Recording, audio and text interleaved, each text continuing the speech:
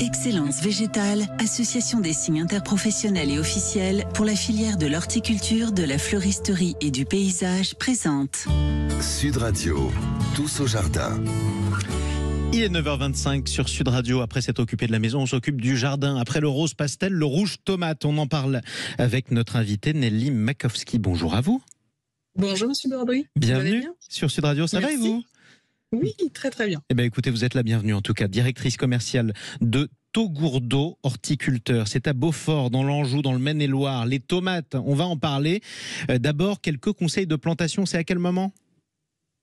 Alors, de préférence, on va dire deuxième quinzaine de mars jusqu'à fin mai ou début juin, si on veut respecter le cycle. Pour la récolte, c'est jusqu'à quand ? Alors là, vous avez vu, on a une très belle arrière-saison, donc en tout cas au moins jusqu'au mois d'octobre. Ouais, on en a encore, hein ? On est d'accord ? Oui. Et c'est abondant cette année. Exactement, super, c'est une très très belle saison de tomates. Combien de variétés différentes de tomates existent ? Alors là, côté Taugourdeau, je vous dirais une soixantaine, mais il en existe une très très grande diversité. Exactement, avec toutes les formes aussi, de la tomate cerise jusqu'à l'énorme tomate cœur de bœuf. Il y en a d'autres, j'imagine ? Alors, il y a, on va dire 6 typologies. On a de la cerise, on a de la longée, on a de la cœur, on a de la charnue,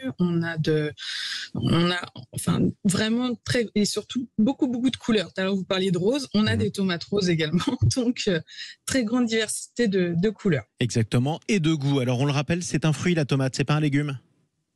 Alors, nous, on dit légumes-fruits. Mais c'est vrai que c'est le légume-fruit, on va dire, préféré des Français. Ouais. C'est le légume qu'on met par excellence dans le jardin, en priorité, et sur lequel, en fait, on a besoin beaucoup d'accompagnement, parce que vu le vif intérêt de la tomate, nous, en tant que professionnels, on se doit d'avoir des variétés et des bons plants.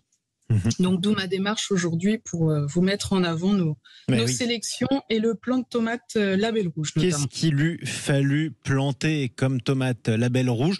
Quelques mots juste avant, puisqu'on a un tout petit peu de temps devant nous, Nelly Makowski. On a dit qu'on pouvait avoir des tomates jusqu'à octobre à peu près, c'est ça ? En revanche, il est un peu tard pour les planter maintenant, on est d'accord ?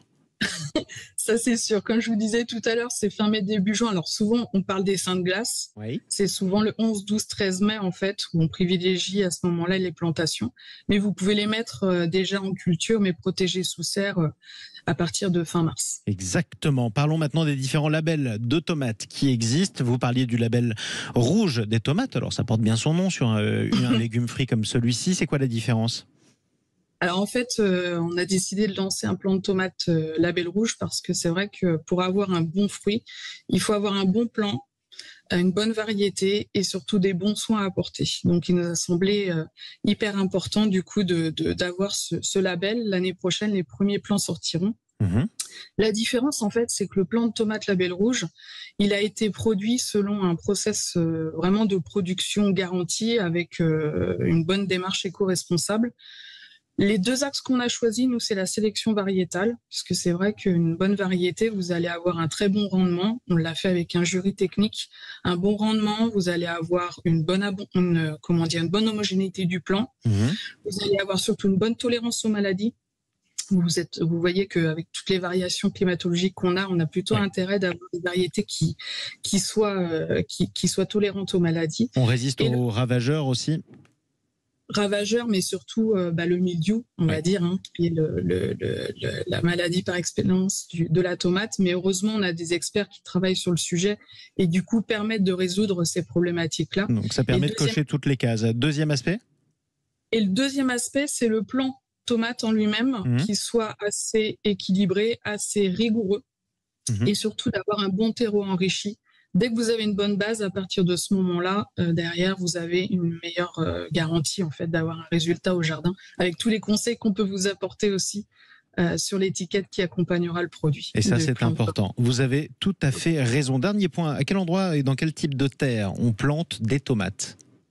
Alors, surtout une terre enrichie. Nous, c'est vrai que le plant de tomate label rouge sera déjà cultivé dans ce terreau enrichi.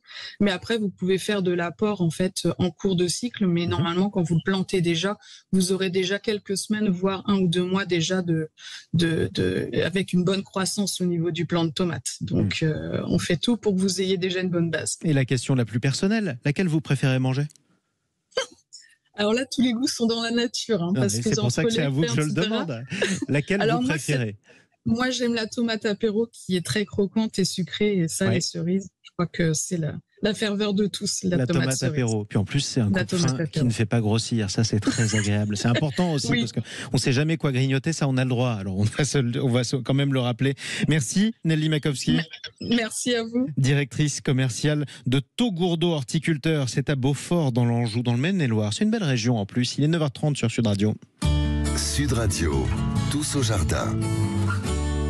Avec Excellence Végétale, association des signes interprofessionnels et officiels pour la filière de l'horticulture, de la fleuristerie et du paysage.